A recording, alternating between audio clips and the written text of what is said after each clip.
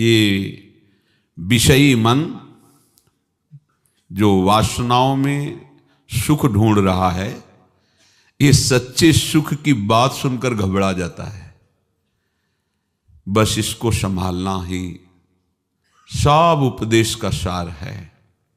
यदि मन सत्संगी हो गया तो आपका वो मित्र है, और यदि मन कुसंगी हो गया तो वही आपका सबसे बड़ा दुश्मन है, वही आपका नाश कर देगा। अविनाशी स्वरूप होते हुए भी बार बार जन्मना पड़ेगा, मरना पड़ेगा और नाना प्रकार के दुख भोगने पड़ेंगे। ये जितने जेल हैं, जितने अस्पताल हैं, जितने दुख हैं, सब इसी मन के द्वारा रचे गए हैं। मनमानी आचरण के कारण ही हमें नरक आदि की यंत्रणा, पुनर्जन्म की यंत्रणा, भारी भारी दुख भोगने पड़ते हैं। मान लो, प्रभु की बात मान लो, तो इसी जन्म में आप खुद देखेंगे, आपको जिस सुख की खोज आप बहुत जन्मों से करते चले आ रहे हैं, विषयों में अभी तक नहीं मिला। आप थोड़ा प्रभु की बात मान लीजिए और इधर कदम बढ़ाइए अध्यात्म की तरफ, फिर आप देखेंगे जहां आपको थोड़ा सा भी सुखानुभूति हुई, फिर आप छोड़ नहीं सकते। पर पहले भगवत आज्ञा पर चलने के लिए आपको विषय त्याग जनित जो हृदय में ताप है उसे सहना होगा। वही ताप निष्पाप करके आपके हृदय को निर्मल करेगा। धैर्य पूर्वक प्रभु की अमृतमयी वाणी का श्रवण करें और उसको उतारने में परम लाभ अनुभव करें।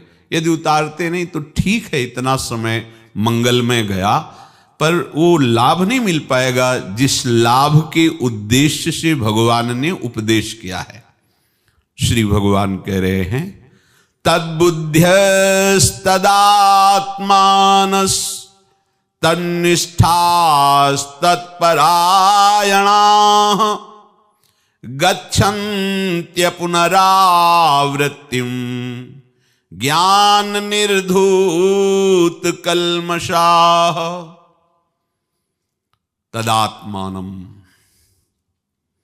जिसका मन भगवत स्वरूप में तन्मय हो गया है, ऐसा तन्मय हो गया जैसे भृंगी कीट ने दूसरी जाति के कीड़े को लाकर अपने घरौंदे में बंद किया और उसे बार बार छेड़ करके अपनी ध्वनि सुनाया। उसका प्रभाव ये पड़ा, भयवशात वो उसका चिंतन करते करते तदाकार हो गया।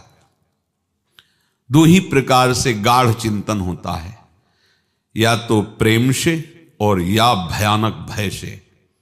भय से वो गाढ़ चिंतन करने के कारण अन्य जाति का कीड़ा भृंगी कीड़ा बन गया, बिना शरीर छोड़े। वो अन्य जाति का था, तब वो तदाकार हो गया। हम तो प्रभु के ही अंश हैं। यदि हम तन्मय होकर दोनों पद्धति से, चाहे संसार से भयभीत होकर प्रभु का चिंतन प्रारंभ कर दे, या प्रभु को अपना प्रीतम मान करके प्यार से चिंतन प्रारंभ कर दे, किसी भी तरह से वृत्तियां प्रभु में जुड़े तो वो प्रभुमय ही हो जाएगा। ब्रह्मविद ब्रह्मयु भवति, वो ब्रह्म स्वरूप हो जाएगा, क्योंकि वो प्रभु का अंश है, वो अन्य जाति का नहीं है, वो प्रभु का ही है। प्रभु का अंश प्रभुमय ही है, पर अन्य को स्वीकार करने के कारण वो ये भाव भूल गया कि हम प्रभु के अंश हैं। वो इस प्रकृति के अंश में मैं आरोपित करके भटक गया। प्रभु कह रहे हैं, तदात्मानम, जिसका मन तदाकार हो रहा है। तद्बुद्धयः, जिनकी बुद्धि तदाकार हो रही है। तन्निष्ठाः, जिनकी स्थिति परमात्म तत्व में हो गई है। तत्परायणाः, जो एकमात्र आराध्य देव के परायण हैं, जिनका आराध्य देव ही जीवन बन गए हैं। ज्ञान निर्धूत कल्मषाः, ऐसे जो विवेकी जन हैं, वो कल्मषाः, पाप रहित होकर शुद्ध हृदय वाले महात्मा फिर पुनः इस संसार चक्र में नहीं आते। फिर उनका जो परम पद है वो निश्चित है, पर यह स्थिति आवश्यक है आना। प्रभु का अनुभव जब करने के लिए मन व्याकुल होता है तो बुद्धि में एक ही निश्चय आ जाता है, मुझे भगवत प्राप्ति करनी है। ये ऐसा मार्ग, इसमें दो बातें एक साथ नहीं रहती। प्रेम गलियति शाकरी तामे दो न समाए, कि संसार भी बहुत अच्छी तरह से सज कर चलता रहे, विषय भोग भी मनमानी भोगते रहें, और थोड़ा भजन साधन करके भगवत प्राप्ति भी कर लेंगे, ऐसा नहीं होता। ये ऐसी सांकरी गली है, इसमें एक ही जाएगा, जहां राम तहां काम नहीं, जहां काम नहीं राम। या जब मैं था तब हरि नहीं, अब हरि हैं मैं नाही। ये प्रेम गलियति शाकरी तामे दो न समाए। अगर बुद्धि का ये निश्चय है कि मैं पुरुष हूं तो स्त्री में आकर्षण होगा ही, मैं स्त्री हूं तो पुरुष में आकर्षण होगा ही, मैं शरीर हूं तो कामनाओं की भीड़ लग जाएगी, और लगी हुई है। मैं अमुक हूं, मैं अमुक हूं, मैं अमुक हूं, पद वाला, गुण वाला, धन वाला, जन वाला। यही है माया का भ्रमात्मक अविद्या जनित जाल, जिसमें हम बंध गए। जब एक बात केवल सत्संग से सुनकर के समझ में आई कि मैं प्रभु का अंश हूं, और ये मानव शरीर केवल अपने अंशी से मिलने के लिए मिला है, भगवत प्राप्ति के लिए, धैर्य पूर्वक बुद्धि से निश्चय किया, आप कैसी भी परिस्थिति हो, कैसा भी समय दुख देने वाला आए या सुख देने वाला आए, शरीर स्वस्थ रहे या अस्वस्थ रहे, लोग हमारा सम्मान करें अपमान करें, पर अब इस जन्म में अपने प्रधान कर्तव्य से मैं नहीं चूकूंगा। मुझे भगवत प्राप्ति करनी है, मुझे श्यामा श्याम से मिलना है। बस आपकी बुद्धि का यही निश्चय सबसे बड़ा परम पावन कार्य होगा। ऐसे निश्चय से जितनी पवित्रता आती, उतनी पवित्रता किसी भी तीर्थ या अनुष्ठान से नहीं आती, ध्यान रखना। ये जो हृदय को निष्पाप करती है वृत्ति, इससे बढ़कर कोई तीर्थ नहीं, कोई ज्ञान नहीं है, कोई अनुष्ठान नहीं है। ये निश्चय होना केवल वाणी से नहीं, वार्ता मात्र की बात नहीं है, ये अंतःकरण की बुद्धि से निश्चय करना। बस एकमात्र मुझे भगवत प्राप्ति करनी है। निश्चय में बड़ी सामर्थ्य है। निश्चय कर ले तो उसे प्राण देना बहुत सरल लगता है। असत निश्चय में ही देख लीजिए, बहुत सी ऐसी घटनाएं सुनने को मिलती हैं। परस्पर दो शरीरधारियों ने आसक्ति कर ली, इतनी आसक्ति कर ली कि अब लगा कि अगर हम नहीं मिल पाए तो फिर क्या होगा, दोनों प्राण त्याग देते हैं। ये हजारों घटनाओं में ऐसी बातें सुनने को मिलती हैं। हुआ क्या? निश्चय। अब हमारा जीवन आपका मिलना ही है, आप नहीं मिले तो जीवन नहीं। और अपने जीवन को नष्ट कर दिया। किसके कारण? अज्ञान की आसक्ति के कारण। शरीरों के मिलन को परम सुख मान करके बुद्धि से निश्चय किया कि ये शरीर हमें मिल जाए तो हमारा जीवन, अगर ना मिला तो जीवन नष्ट, और कर दिया नष्ट। जहर खा के, फांसी लगा के आ दिया। फिर जो दुर्गति उनकी होती है वो बड़ी भयावह होती है, क्योंकि ये मनुष्य जन्म आत्महत्या करने के लिए नहीं मिला है, ये भगवत प्राप्ति के लिए मिला है। और आत्महत्या करना ये सरकारी भी कानून से, यहाँ की भी मृत्युलोक के भी कानून से ये दंडनीय अपराध है। फिर भागवतिक कानून में तो इसकी बहुत बड़ी सजा मिलती है। आत्महनन गति जाए, मतलब सबसे ज्यादा दुर्गति उसकी होती जो आत्महत्या करता है। ये खिलवाड़ नहीं है। ये जो नादानपन, अज्ञान के कारण लोग ऐसा सोचते हैं कि मैं अपने शरीर को नष्ट कर दूं तो मैं बहुत सुखी हो जाऊंगा, ये समस्या का समाधान हो जाएगा, क्योंकि जीना ही समस्या है और जीवन नष्ट कर दिया तो समाधान हो गया। बहुत बड़ी भूल, कभी कोई ऐसी बात मत करना, नहीं तो ऐसी दुर्गति होगी आप सोच नहीं सकते। शास्त्रों में बहुत दुर्गति का वर्णन है आत्महत्या करने वाले का। नहीं, जो दुख सुख आवे भगवान के आश्रित होकर उसे सहो, एकमात्र प्रभु के विधान में राजी रहो। जो तुम्हें सुख मिलना है अनायास आ जाएगा, जैसे बिना मांगे दुख आ जाता है। शरीर को छोड़ना नहीं, शरीर को सत्कार्य में लगा दो, भजन में लगा दो, तो वास्तविक आपको आगे से शरीर नहीं मिलेगा। आप ऐसे चिदानंद देह के अधिकारी हो जाएंगे कि भगवान के साथ या प्रिया प्रीतम के साथ नित्य रहने का सौभाग्य, उनकी सेवा, उनकी मुख माधुरी के दर्शन करते हुए, गुण गाते हुए जीवन व्यतीत करने का परम सौभाग्य मिलेगा। तो आप देखो, एक सांसारिक निश्चय ने प्राणों को देने के लिए कितना सहज कर दिया, और हम भागवतिक निश्चय करते हैं किसी जन्म में हम श्री कृष्ण की प्राप्ति करेंगे, प्रिया प्रीतम की प्राप्ति करेंगे, और हमको एक छोटा सा विषय त्यागने में भी बड़ा मुश्किल पड़ रहा है। और एक वो शरीर आसक्ति, अपना परिवार, अपने माता पिता का वो दुलार प्रेम सब ठुकरा दिया, सुख वैभव सब ठुकरा दिया, यहां तक अपने जो सबसे प्यारा है प्राण, उसको भी नष्ट कर दिया। देह प्राण ते कछु प्रिय नाही, उनको भी नष्ट कर दिया एक निश्चय ने। तो आपका भागवतिक निश्चय कितना बड़ा होना चाहिए कि अगर ब्रह्मा का परमेष्ठी पद भी मिले तो आपके इस निश्चय में कोई फर्क नहीं पड़ना चाहिए। नहीं चाहिए हमें परमेष्ठी पद, हमें प्रभु से मिलना है। लेकिन हमारी हालत क्या है? कहते हैं कि हम भगवत प्राप्ति के लिए चले हैं और एक बिल्कुल साधारण से विषय में अपने आप को दे देते हैं। एक साधारण से विषय में, खान पान आदि साधारण सी आराम व्यवस्था में, साधारण की मनोरंजन में है, हम अपने निश्चय के विरुद्ध आचरण कर बैठते हैं।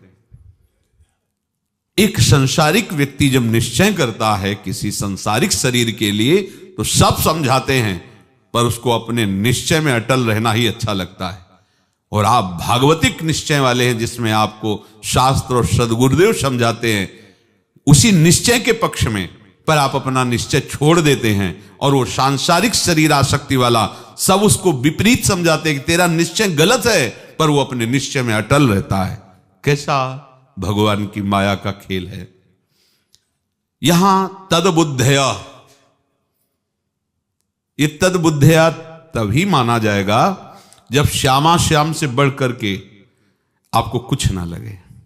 सबसे प्रिय, सबसे महान, सबसे सगे, सब जितना कुछ आपका संबंध है वो सब फीके पड़ जाए, एकमात्र श्यामा श्याम, तो माना जाएगा कि आपकी बुद्धि अब निश्चय कर रही है कि आप श्यामा श्याम को प्राप्त करना चाहते हैं।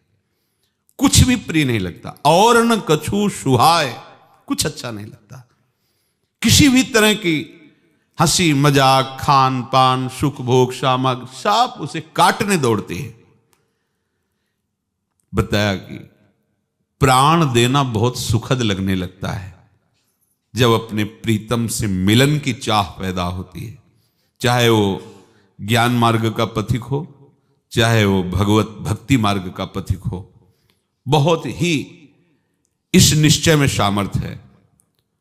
पूज्यपाद सिउड़िया बाबा जी महाराज जब सन्यास लिए तो ऐसी मुमुक्षुता जागृत हुई कि मुझे कोई पढ़ने लिखने से ज्ञान की बात नहीं, मुझे अनुभव होना चाहिए। मैं ब्रह्म हूं यह अनुभव होना चाहिए। जब जिज्ञासा बहुत प्रबल होती है, मुमुक्षुता पूरा अधिकार कर लेती है हृदय पे, फिर कोई और बात अच्छी नहीं लगती। दंडी सन्यासी थे, बाबा ने दंड को गंगा जी में प्रवाहित कर दिया। मुझे ब्रह्मानुभूति चाहिए। जिन महात्मा के पास जाते तो उनको वही उपनिषदों के सिद्धांत वर्णन, तो उन्होंने कहा कि हम उपनिषदों का सिद्धांत सुनने नहीं है, हम आपका अनुभव सुनने आए। आप अनुभव कराइए, बताइए कैसे अनुभव होता है मुझे। बाबा की ऐसी मुमुक्षुता थी कि संतोष नहीं होता कहीं भी। गंगा किनारे भ्रमण करते हुए तीर्थराज प्रयाग पहुंचे, वहां एक खंडहर देखा, विचार किया कि इसी में शरीर को स्थित कर देते हैं, जब तक ब्रह्मानुभूति नहीं होगी तब तक उठेंगे नहीं। इतने दृढ़ संकल्पी 3 दिन 3 रात तक ऐसे जड़ बिल्कुल शरीर को लिटा दिया, बस ऐसे, ना देखना ना सुनना ना लघु शंका ना सोच। कितनी मुमुक्षुता कितनी तीव्र है, कुछ अनुभव नहीं हुआ। अब जाम हो गया था शरीर। उधर से कोई निकला, बाबा के पास संकल्प के अनुसार पहुंचा। बाबा ने कहा हमें थोड़ा सा आपके सहयोग की आवश्यकता है। हाथ पैर मिले, फिर रक्त संचार हुआ। व्याकुल हो गए, क्या करूं, कैसे ब्रह्मानुभूति हो। अब तो जिया नहीं जा रहा, चलो या तो ब्रह्मानुभूति या शरीर को गंगा में विसर्जित कर देते हैं। ब्रह्मानुभूति हो नहीं रही तो शरीर को क्या करें। तो एक गंगा जी की कगार में ऊपर खड़े हुए, पहले कमंडल फेंका, दंड तो पहले ही विसर्जन कर दिया था। अब अपने शरीर विसर्जन के लिए जे ही छलांग लगाना चाहे सोई अंदर आई कि क्या शरीर त्यागने से ब्रह्मानुभूति हो जाएगी, ये तो घोर अज्ञान है। फिर निराश हो गए, क्योंकि एक उपाय मिला था, उसमें भी अंदर की जिज्ञासा और मुमुक्षुता ने रोक कर दी। अब क्या करें। ऐसे प्रेमी की एक मृत्यु दशा तक का वर्णन है। मृत्यु मरता नहीं है, पर एक मृत्यु दशा जैसी उसकी होती है। ये चरम सीमा के महान जो ज्ञानी या प्रेमी जन होते हैं, उनमें दशाएं प्रकट होती हैं। बाबा के अंदर इतनी मुमुक्षुता बढ़ी कि एक नास्तिकता से छा गई। क्या करूं। देखा ऊपर एक बगीचा है, हमने उन शंकर भगवान के दर्शन किए हैं जाकर के। मंदिर, छोटा सा मंदिर, उसमें बाबा अंदर गए, डेहरी में सर रखा, शंकर जी की पिंड के ऊपर चरण रखे, लेट गए। वो उस दशा में वो केवल वही जानता है जिसके हृदय में, जैसे मीरा जी कहती जाने मोरी छाती, वो केवल बस अनुभूति हो, अनुभूति हो, कुछ नहीं, कुछ नहीं। कोई भी दुख स्पर्श भी नहीं कर सकता। भयानक से भयानक पीड़ा, दुख बाबा को एक बार भी याद नहीं है कि भोजन मिल जाए। अगर कोई सत्य सत्ता है तो मुझे आकर उपदेश करे, कैसे ब्रह्मानुभूति होगी। मुझे शास्त्रीय शब्दों से नहीं, मुझे अनुभव चाहिए। व्याकुल होकर के लेट गए। जब कोई इतना व्याकुल हो तो फिर भगवान छुप कैसे सकते हैं। साक्षात भगवान नर नारायण पधारे और 2 श्लोक बाबा को उपदेश किए जो उनकी वाणी में लिखे हुए हैं। बाबा की जो जलन थी एकदम शांत हो गई, क्योंकि बात एक कवल अन्न पाते 18 घंटे पद्मासन में बैठकर जो इस श्लोक का तत्व था उसी को अनुभव कर निहाल हो गए, ब्रह्म स्वरूप हो गए। तद बुद्धया, आपका निश्चय, आपको खान पान मनोरंजन ये सब अच्छा लगता है, मतलब बुद्धि का निश्चय अभी ठीक नहीं है। नहीं खान पान ते भावे है, नहीं कोमल वसन सुहावे है, सब विषय लगे ते खारा है, हरि आशिक का मगन्यारा है। अपना प्रीतम जिसके लिए जीवन समर्पित किया उसका कुछ पता नहीं लग रहा है, और हम चैन से भोजन पाएं, चैन से सो जाएं, चैन से हमारा दिन कट रहा है, मनोरंजन हो रहा है, केवल ये बकवास है। कोई निश्चय नहीं ठीक है। निश्चय ठीक होने पर ऐसा नहीं होता। कुछ सुहाई नहीं देता, कुछ नहीं सुहाई देता। कब रात बीती कब दिन बीता कुछ नहीं, बस अनुभव होना चाहिए। एकमात्र भगवत साक्षात्कार की आग लग जाती है। वो जब आप असाधनों का त्याग कर देंगे तब ये आग प्रारंभ होती है, फिर उसको जिया नहीं जाता। खान पान सुख चाहत अपने, तिनको प्रेम छुअत नहीं सपने। शरीर सुख की, आराम की, भोगों की चाह और परमात्मा प्राप्ति, ये तो ऐसा ही हुआ सूर्योदय हो गया और अंधकार नहीं गया, तो सूर्य कैसा, फिर वो सूर्य कैसा जिसके प्रकट होने पर अंधकार नष्ट ना हो जाए? कैसी भगवत प्राप्ति की लालसा जिसमें तुम्हें विषय सेवन की याद बनी रहे, विषय भोग अच्छा लगा है? मतलब अभी निश्चय ठीक नहीं है। निश्चय करना यह बुद्धि का कार्य है।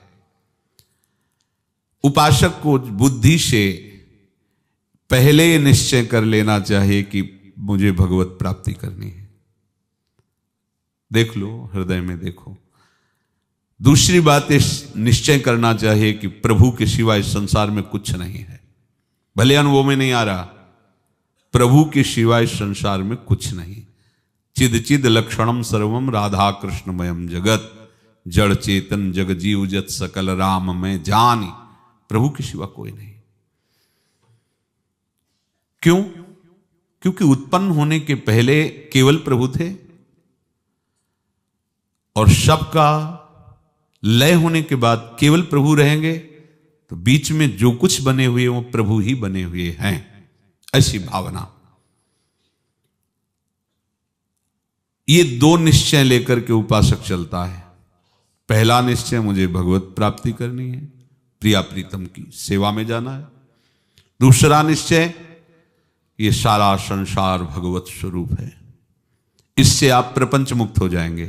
राग द्वेष लड़ाई झगड़ा द्वंद्व, कोई द्वंद्व नहीं रह जाएगा।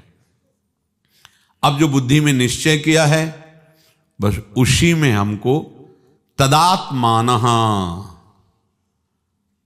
वैसे ही मन वाले बनना है।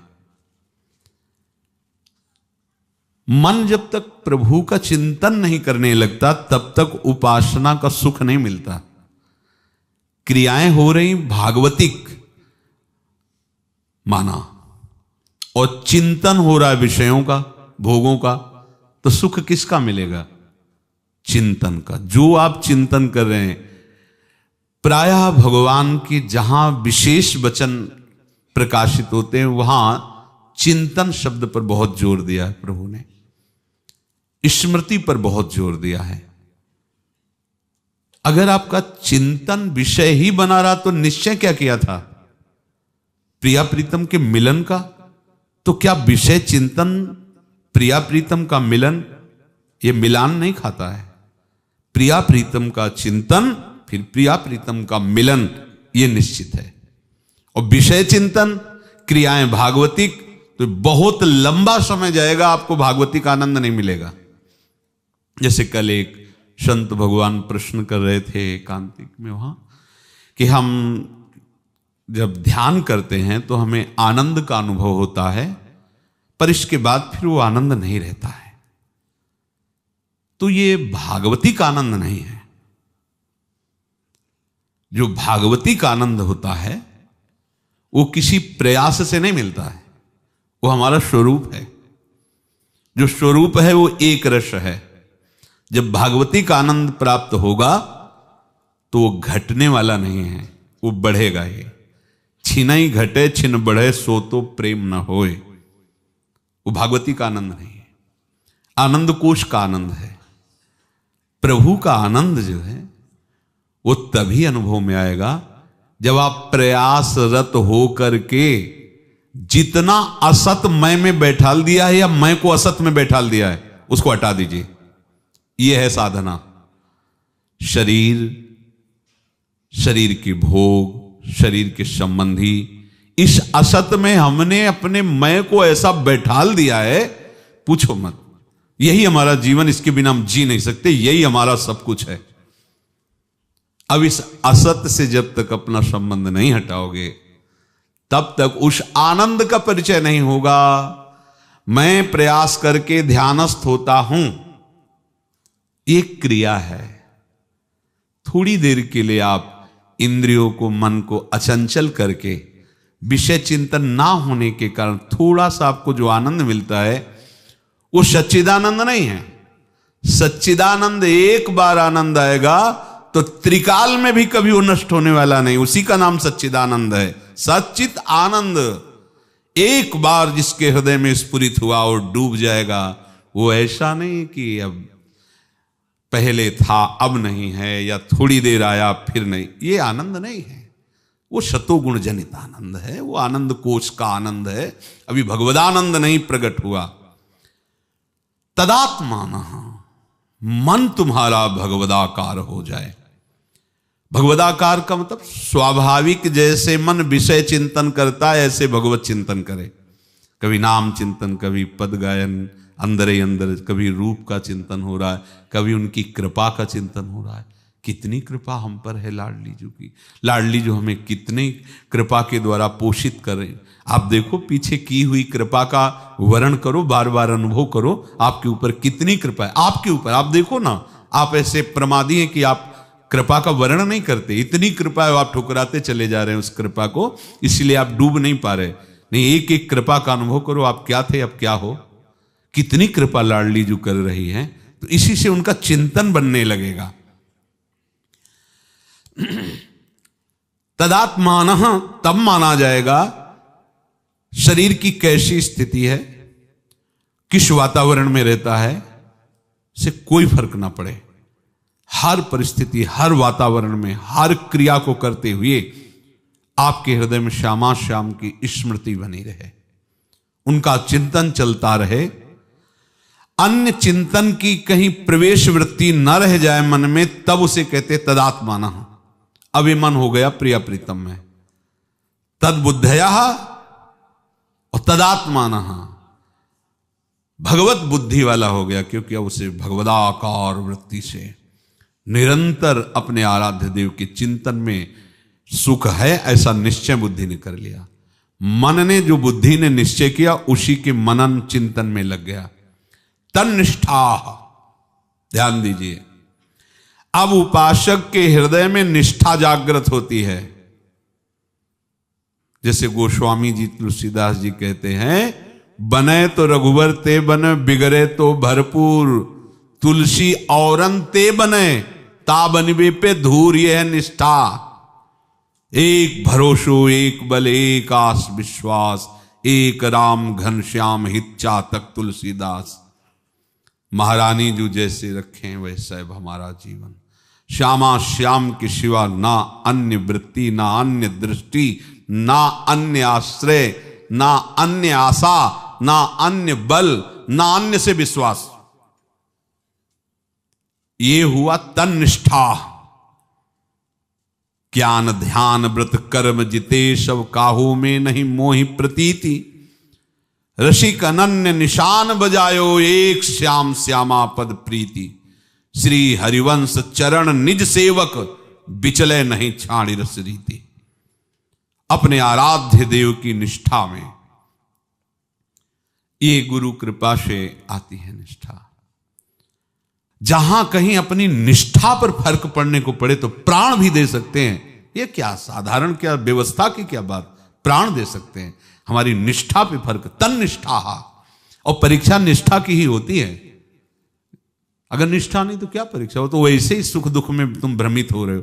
एक बार जो बुद्धि से निश्चय किया है वही मन से तदाकार रूप धारण करो और वही तुम्हारी जीवन निष्ठा बन जाए।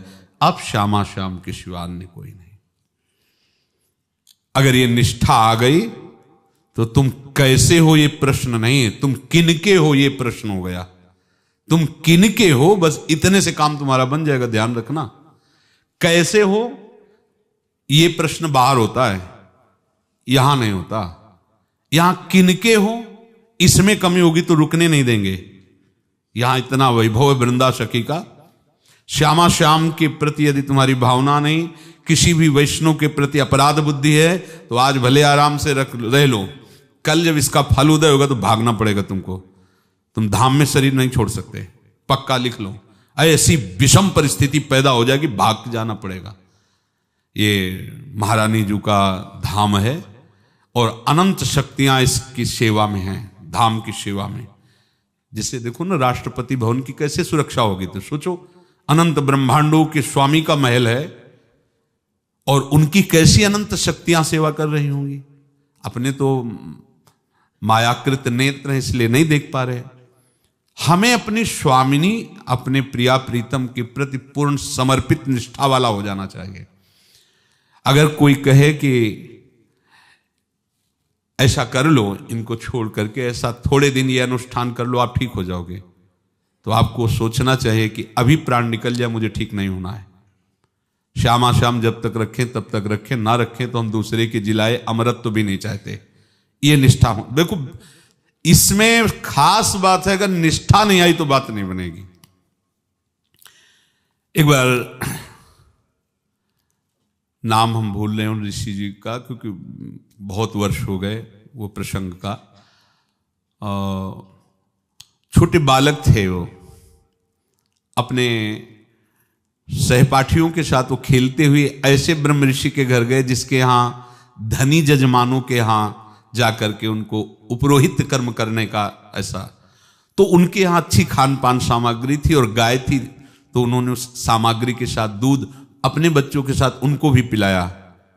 उपमन्यु या ऐसे कोई नाम में संशय हो सकता है, 25 वर्ष पहले की बात है, पढ़ा जब था। तो लौट के आए और अपनी माँ से कहा कि मुझे गाय का दूध चाहिए। उनका यहाँ गाय का दूध कहाँ, हम तो गुलरी पाकर कंदमूल फल ऐसे चलता है, यहाँ गाय। जो बड़े बड़े धनी मानियों के यहाँ पुरोहित कर्म में जाते हैं उनके यहाँ ऐसी सुविधाएं होती। अपने लोग तो अकिंचन तपस्वी जन हैं, अपने यहाँ तो ऐसा वो हट कर लिए। तो उन्होंने थोड़ा जो जंगली चावल होता है उसको ऐसे करके पीस के ऐसे लो ये दूध लो, बच्चे ही थे। उन्होंने कहा नहीं मैंने वहां दूध पिया है, स्वाद वैसा नहीं। तो बोले देख तपस्वी का बालक है, अगर तुझे दूध ही चाहिए तो मैं आज्ञा करती हूं क्षीर सागर का दूध पी, आज्ञा करती हूं, कर तप कर और क्षीर सागर का दूध पी। मंत्र बताया, उपासना बताई और भेज दिया। तो दाहिने पैर के अंगूठे के बल खड़े होकर दोनों हाथ उठाकर भगवान महादेव जी का मंत्र था उनको जपने लगे। काफी समय व्यतीत हुआ तो भगवान शिव उनकी निष्ठा की परीक्षा के लिए नंदिकेश्वर एरावत बन गए। भगवान शिव देवराज इंद्र हो गए और भगवती उमा सची हो गई। शिव पार्षद सब देवतागण हो गए। सामने जाकर उन्होंने कहा कि बरम ब्रूहि, वरदान मांगो, मैं तुम्हारी तपस्या से प्रसन्न हूं। आंख खोला, देखा त्रिभुवनपति देवराज, नमस्कार किया और कहा हमें आपसे कुछ नहीं चाहिए, आप सादर यहां से चले जाइए। अगर भगवान शंकर हम पर प्रसन्न हैं तो वो हमारे सामने प्रकट हो और फिर हम अपनी इच्छा प्रकट करेंगे, आपसे कुछ नहीं चाहिए। उनका आप मान लीजिए मैं त्रिभुवनपति हूं, जो चाहोगे वो दे दूंगा, मानो मेरी बात। और क्या है ऐसा शंकर जी में, जे भी कहा क्या है शंकर जी में, तो निष्ठा प्रकट हो गई जो आंतरिक ने। तो उन्होंने कहा तुम त्रिभुवन की सेवा करते हो, त्रिभुवन के सेवक हो। पति का तात्पर्य होता रक्षा करने वाला, रक्षा करने मतलब सेवक। तुम त्रिभुवन के स्वामी के प्रति ऐसे वचन बोल दिए, सामने से तुरंत हट जाओ। नहीं, एक अघोर मंत्र है भगवान शिव का, ये जिसको सिद्ध हो जाए अपार सामर्थ्यशाली, वो तुरंत लिया और शुरू कर दिया। तो नंदिकेश्वर प्रकट होकर उस जल को रोक दिया।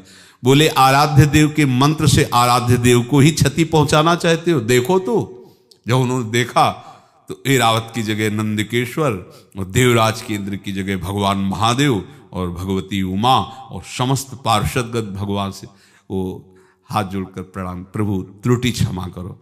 तो उनका बस मैं निष्ठा देखने आया था कि तुम केवल वस्तु पदार्थ के लोभ से हमारी आराधना करते हो, यह हमारे प्रति निष्ठा भी है। जाओ, तुम जो सोच के चले थे वो तो मिलेगा ही। रोज तुम्हें क्षीर सागर से दूध यहीं आके मिलेगा और तुम अजर हो जाओ, अमर हो जाओ। किसी भी समय तुम हमारा स्मरण करोगे, मैं उमा के साथ उसी समय तुम्हें दर्शन दूंगा। उसी वरदानों की झड़ी लगा दी। आशुतोष तन निष्ठा, ये निष्ठा के बिना बात नहीं बनेगी। ध्यान रखना, हमारी लाडली जू के मार्ग में यहां तो अत्यंत निष्ठा की आवश्यकता है, क्योंकि यहां तो प्रेम ही प्रेम, प्रेम अनन्य होता है, प्रेम निष्ठावान के हृदय में होता है। अगर दूसरी वृत्तियां हैं तो प्रेम उदय ही नहीं हो सकता।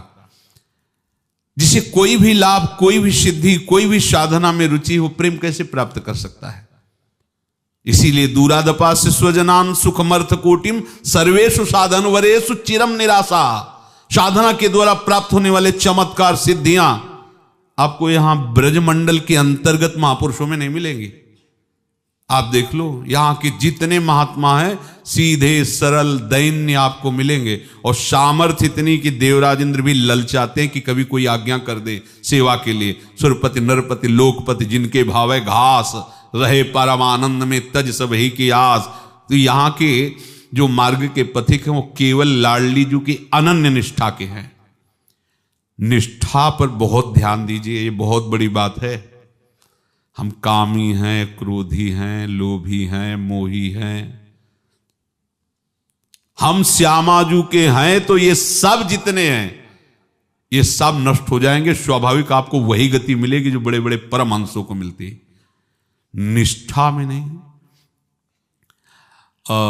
ब्रज के भक्तों के चरित्र में एक महापुरुष का आता, रनवारी के अंतर्गत कुटिया उनकी थी, और वो द्वारिकाधीश के दर्शन की इच्छा की। अपने ब्रज 84 कोश की निष्ठा वाले महापुरुष थे। कभी कभी मन में तरंगे आती हैं, तो उन्होंने निश्चय किया कि द्वारिकाधीश के दर्शन करने जाएंगे। तो स्वप्न में उनको आभास हुआ कि श्री जी कह रहे हैं कि नहीं नहीं, जो हमारे इस लीला भूमि में रहकर मेरी प्रसन्नता के लिए आराधना करते हैं, उनको ऐसा नहीं करना चाहिए, नहीं जाना। स्मरण रहा जगने पर, बार बार विचार किया, पर ये इच्छा इतनी प्रबल हो गई क्योंकि पवित्र ही तो थी ना। कोई अपवित्र होती तो उसमें निषेध करते, पर उन्होंने श्री जी की बात को गंभीरता से नहीं लिया और चले गए द्वारिकाधीश के दर्शन की। और वहां वैष्णव छाप लगाई जाती है, तप्त मुद्रा या शीतल मुद्रा। तो उन्होंने तप्त मुद्रा लगवाई, तप्त करके शंख चक्र आदि की छाप तो जीवन भर बनी रहेगी, लगाई और बहुत आनंदित होकर आए। जब रात्रि में रनवारी में कुटिया में रुके तो श्री जी, अब शब्द केवल सुनाई दिया, अब तुम हमारी सेवा लायक नहीं रह गए, अब तो तुम सत्यभामा और रुक्मिणी की सेवा में जा सकते हो, क्योंकि वो राजरानी है हमारी सेवा में। ये शंख चक्र छाप की जो मुद्रा लगाया है हो, हमने मना किया था, अब यहां रूप नहीं दिखाई दिया, केवल आवाज सुनाई। और वो इतने प्रेमी थे, पर लीला ठाकुर जी की ऐसी कैसे भावना, उन्होंने गंभीरता से नहीं लिया, शायद अपने लोगों को शिक्षा देने के लिए, क्योंकि महापुरुष। इतना विरह बढ़ा उनका कि श्री जी ने हमें त्याग दिया कि अब तुम हमारी दासी नहीं हो सकती, तुम रुक्मिणी जी की या सत्यभामा जी की हो सकती हो, क्योंकि तुमने ये चिन्ह धारण कर लिए। विकल अशुक प्रवाह, रात दिन हा किशोरी हा किशोरी, और ऐसी विराग्नि कि कुटिया सहित भस्म हो गया शरीर। चरित्र में आता है कुटिया सहित शरीर भस्म हो गया श्री जी की विराग्नि में। तन्निष्ठा, इस बात पर बार बार ध्यान दिया जाए, क्योंकि यही एक बात है जिस बात से हम सब बातें बना लेंगे। यद्यपि भक्त अनन्य जो विषय इंद्रियन बस होए, कर्मठ कोटि जितेंद्रियन तेषम लहै न कोई। दुर्दास जी के वचन है। यद्यपि वो अनन्य भक्त है, मेरी लाडली जो, मेरे श्यामा श्याम, पर वो अभी इंद्रिय जीत नहीं हुआ, वो विषयी है, समझिए। उसकी बराबरी करोड़ों जितेंद्रिय और करोड़ों कर्मकांडी नहीं कर सकते। ये ध्रुवदास जी के वचन है, परम रस में डूबे हुए 42 लीला जैसे महा रस का वर्णन करने वाले। वो कह रहे हैं यद्यपि भक्त अनन्य जो विषय इंद्रियन बस होए, कर्मठ कोट जितेंद्रियन ते समलह न कोई। एक तो ये उदाहरण दिया कि यद्यपि वो विषयी है, जितेंद्रिय नहीं हो पाया, पर वो श्यामा श्याम का अनन्य है, हमारे माई श्यामा जी को राज। अब उसकी समानता करोड़ों कर्मकांडियों करोड़ों जितेंद्रिय नहीं कर सकते। और दूसरे उदाहरण में कहा कि जैसे घरनी है पत्नी, पति के आने पर बहुत प्यार दिखाती है, पर उसके एकांत में वो अन्य पुरुष से संबंध रखती है। अब उसके पति को जब इस बात का अनुभव होगा तो जितना भी प्यार दिखा रही थी सब नाटक लगेगा ना, वो उसी क्षण उसका त्याग कर देगा। यद्यपि घरनी अति बुरी, पति नहीं छाड़त वाय, देखत ही पर पुरुषम तजत ही चिंता। यद्यपि बहुत कड़ुआ बोलती है, बहुत नाराज रहती है, ठीक से व्यवहार नहीं करती, पर अपने पति की अनन्य है, कभी पति उसे त्याग नहीं सकता। और बहुत मीठी मीठी बातें करती है, लेकिन छल कपट करके दूसरे पुरुषों का सेवन करती है। पति जिस दिन जानेगा उसी दिन से उसका मन हट जाएगा। बोले कुछ ऐसी ही गोविंद की भी रीति है, कितना भी बुरा हो लेकिन वो अनन्य है, कभी भी नहीं त्याग सकते। और कितना आरती पूजा सब जहां जैसा अवसर आया कि हमें अमुक कामना की पूर्ति के, तो चलो वहां नारियल चढ़ा देते हैं, अमुक कामना पूर्ति वहां जल चढ़ा देते हैं। इस उपासना में नहीं चलेगा। ये जो रसिक अनन्यों की ये प्रेममयी भूमि है, ये वृंदावन धाम है। यहां नाहीन रहो ही महा ठौर, हृदय में जगह ही नहीं कि हम किसी और की तरफ। यहां रसना कटो जो अन रटो, निरखियन फुटो नयन, श्रवण फुटो जो अन सुनो, श्री राधा जस बैन।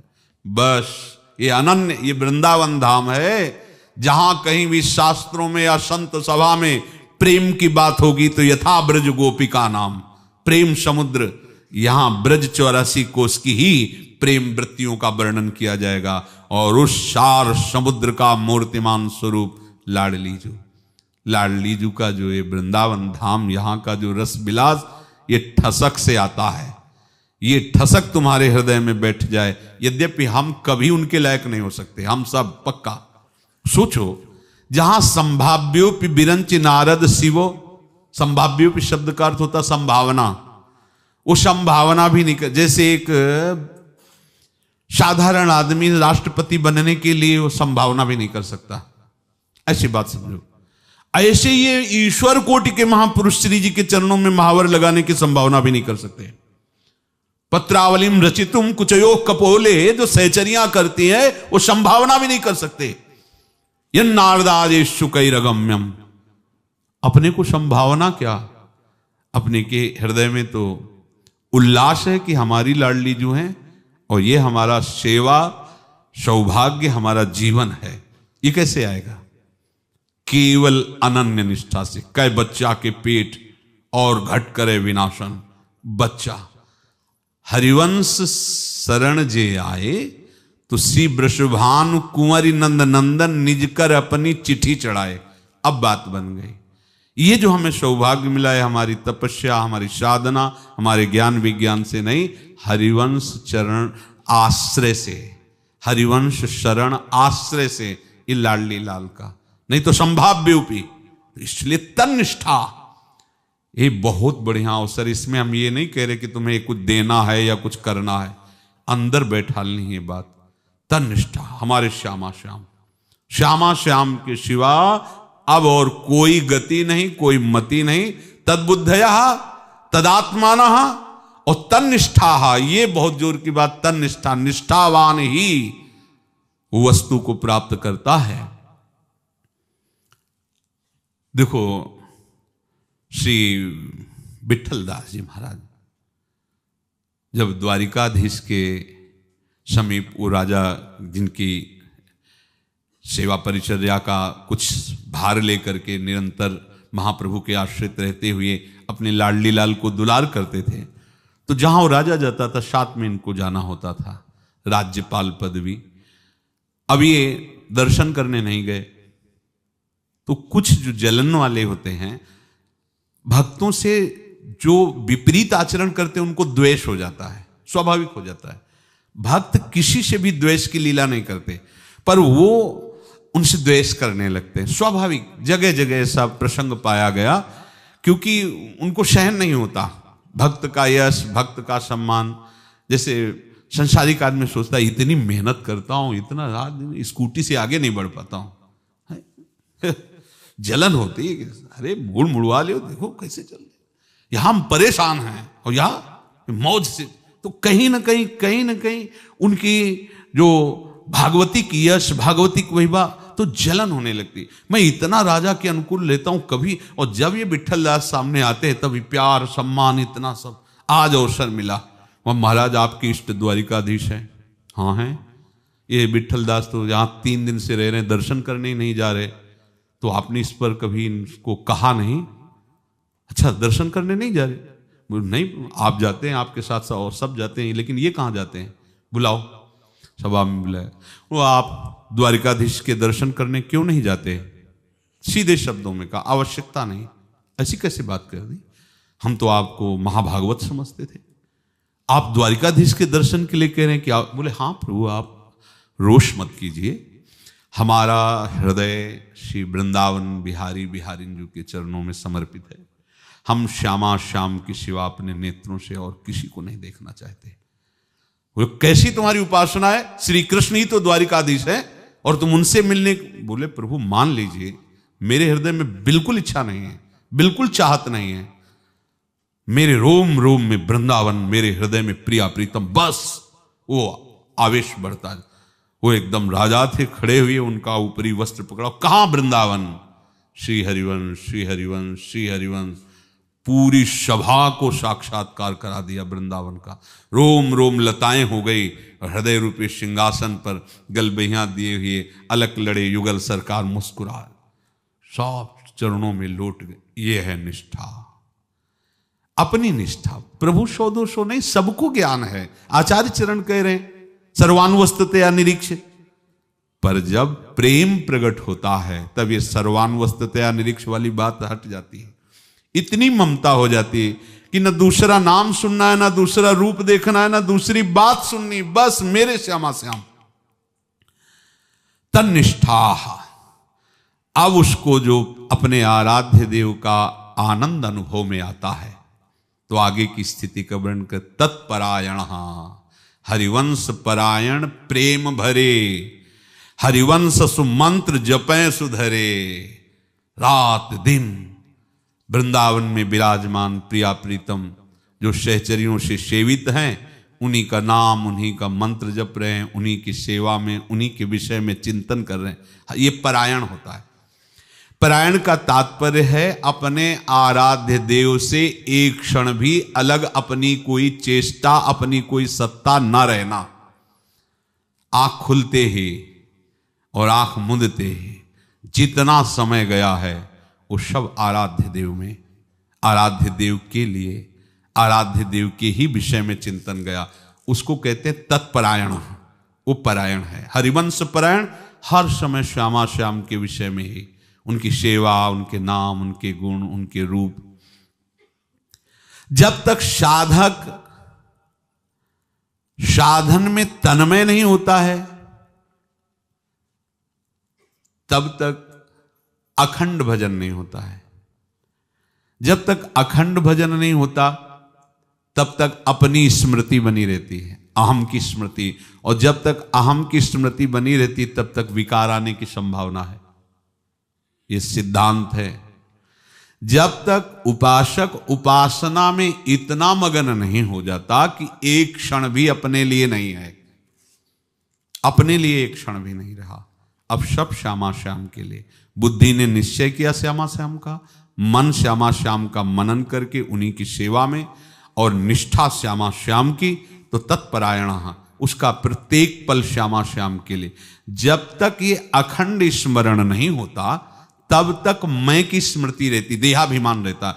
जब तक मैं की स्मृति रहती तो उसी देहाभिमान में काम आदि विकार रहते हैं और वो कुचेष्टा कराते रहते हैं। इसीलिए साधक को अनुभव नहीं होता, श्यामा श्याम का आनंद अनुभव नहीं हो रहा, उनका रूप अनुभव नहीं। ध्यान नहीं करना पड़ता, ध्यान रखना, ध्यान नहीं करना पड़ता कि हम अटकल लगावें, कैसे सांवले चरण, कैसे गोरे चरण, ना, वैसे स्वाभाविक।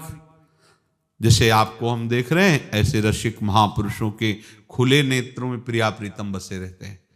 पिय मूर्ति नयनन बसे तेहि रस रहे समाय। वो आके बस गए। अपनी नेत्रेंद्री मन बुद्धि को पहुंचाना ब्रह्मा की भी ताकत नहीं है, लेकिन वो आके एक साधारण जीव की भी मन बुद्धि में बैठ सकते हैं। उनके लिए कोई निषेध थोड़ी है, वो जहां चाहे जिसके वो स्वतंत्र है। तो वो अपने शरणागत के नेत्रों में आके बैठ जाते हैं। नहीं तो ध्यान धरने की सामर्थ्य तो बड़े बड़े योगीश्वरों में भी नहीं। प्यारोडुम क्षमते न अच्छी सुखादी नाम तुयत ध्यान, श्यामा श्यामा के बैठ जाते। सच्ची मानो ना, उसमें ये प्राण रोक करके और शरीर एकदम स्थित करके और फिर ध्यानस्थ हो रहे हैं। आज्ञा चक्र में कैसे गोरे सांवले चरणारविंद, पसीना पसीना हो रहे हो, अंधकार दिखाई, ये सब नहीं यहाँ पद्धति। यहाँ गाओ बनी श्री राधा मोहन जू की जोरी, इंद्र नील मणि श्याम मनोहर सात। अब ये शब्द श्रवणेन्द्री से हृदय में जाकर के समस्त मल का नाश करके और इंद्र नीलमणि झलकने लगे। सात कुंभ तन पीता ऋण छवि मनंत तडिल लता भाम, अनंत बिजलियों की सी कांति हमारी लाडली जू की, लाडली जू लाल जू आहा, मनोमृणाल भूषण भूषित भुज श्याम अंश पर डारी, जैसे हित हरिवंश जुगल करनी गज, बिहरत बन पिया प्यारी। वो शोभा को देखकर निहाल, ये ध्यान धरने का विषय नहीं है, ये आके बस जाते हैं, ये आके कृपा करके ये दिखाने लगते हैं। देखने की सामर्थ्य किसी में नहीं, ये आके वैसा ही कर देते हैं। तत्परायणा, इतना हमें चिंतन करना है, इतना उपासना में तन्मय होना है कि मुझे अपनी स्मृति न रह जाए, औरों की तो बात जाने दो। ध्यान रखना, ये है तत्परायणा, अपनी भी याद न रह जाए। अपनी ही सुध ना रही एक रहे नंदलाल, अपनी भी स्मृति खत्म हो जाए। कब खाना कब पीना कब क्या, अपनी देह व्यापार का चिंतन भूल गया। स्वाभाविक प्रभु के प्रताप से हो रहा है, वो केवल उनके चिंतन में डूबे हुए हैं। ये तन्मयता तत्परायणा स्थिति आ गई तो कुछ बकाया नहीं रह जाता है, और ये बाहर से कोई नहीं जान सकता है इस बात को। तत्परायणा कोई क्रिया की बात नहीं कही जा रही, ध्यान रखना, ये अंदर की बात है। मन बुद्धि चित्त अहंकार सब श्यामा श्याममय हो गया है, और अंदर ही अंदर सेवा चलती रहती है। बाहर से भी हो रही तो हो रही, नहीं तो अंदर ही अंदर। एक बार श्री स्वामी हरिदास जी महाराज श्री यमुना जी के पावन पुलिन पर विराजमान थे श्री जी की सेवा में। तो एक कोई बाहर से आया हुआ था, उस समय लाखों का इत्र लाया था बड़ी शीशी में, बिहारी जी के लिए, कोई धनी मानी। पता चला स्वामी जी यमुना जी के पावन पुलिन पर विराजमान है। गया, साष्टांग दंडवत की और स्वामी जी महाराज को कहा ये बहुत महंगा और सुगंधित इत्र है ये बिहारी जी को। स्वामी जी यहाँ ऐसे अर्धनिमीलित नेत्रों में बैठे थे, वो शीशी ली पूरी बड़ी सी, खोला और ऐसे पूरी रेत में, और वो तो बड़ा संतुष्ट हुआ कि लाखों का इत्र रेत में फेंक दिया स्वामी जी ने। क्या मतलब, हमारा धन ठीक नहीं था या हमारा भाव ठीक नहीं। स्वामी जी पर तो कोई भाव उसका नहीं बिगड़ा, क्योंकि जानता था इतने बड़े महापुरुष पर उसे अपनी गलती समझ में आई कि हो सकता है हमारा धन ठीक ना हो, हमारा भाव ठीक ना हो, इसलिए स्वामी जी ने ऐसे फेंक दिया। पर वो बहुत हिम्मत करके हाथ जोड़कर कहा कि प्रभु क्या हमसे कोई गलती हो गई क्या? उनका नहीं, जाओ निधिवन राज में बिहारी जी के दर्शन करो जा करके। तो वहां जब गया तो बिहारी जी उसी इत्र से भींजे हुए थे, उनकी पोशाक और सब, और मेन प्रधान द्वार से वही इत्र की खुशबू। नाच पड़ाओ। फिर स्वामी जी ने कृपा करके उससे बताया कि उस समय होली लीला चल रही थी, तो प्रीतम पिचकारियों की मार से सखियों को शिथिल कर रहे थे, और लाडली जू की तरफ से थोड़ा कमजोर हो रहा था। जो प्रहार है प्रीतम की, पिए पिचकारिन छिरकत तकी तकी कुमकुम पूरी। तो स्वामी जी है ललिता जू का स्वरूप है, और उसी समय मिल गई पूरी इत्र की बोतल, तो सीधे वाला बिहारी जी के ऊपर, तो उनके ऐसे सब, तो पिचकारी रुक गई और विजय हुई लाडली जू की। अब वो तो बताओ, अगर स्वामी जी ना बताते तो हमारे हृदय में तो इसी बात का क्षोभ था कि हमारा पूरा इत्र रेत में फेंक दिया गया। ये तो आचार्य हैं, ये तो सिद्ध परिकर है श्री जी के, पर इन्हीं के आश्रय से, इन्हीं के द्वारा दिए हुए उपासना पद्धति से, मंत्र से, नाम से यदि हम वैसे ही उपासना करें तो प्रगट तो इसीलिए हुई है ना कि वो जहां जिस रस का रसास्वादन करते हैं, साधारण से साधारण प्राणी को भी वही रस मिल सके। इसीलिए तो करुणा करके ये शरीर धारण करके वो आचार्य रूप में आए। ऐसा नहीं कि वो नहीं प्राप्त हो सकता, वो प्राप्त कराने देने ही आए हैं, इसीलिए नहीं, उनको यहां आने की क्या जरूरत थी। वो तो नित्य परिकर हैं, पर वो आए ही लाडली जू की प्रेरणा से इसीलिए कि उस रस को प्रदान करें।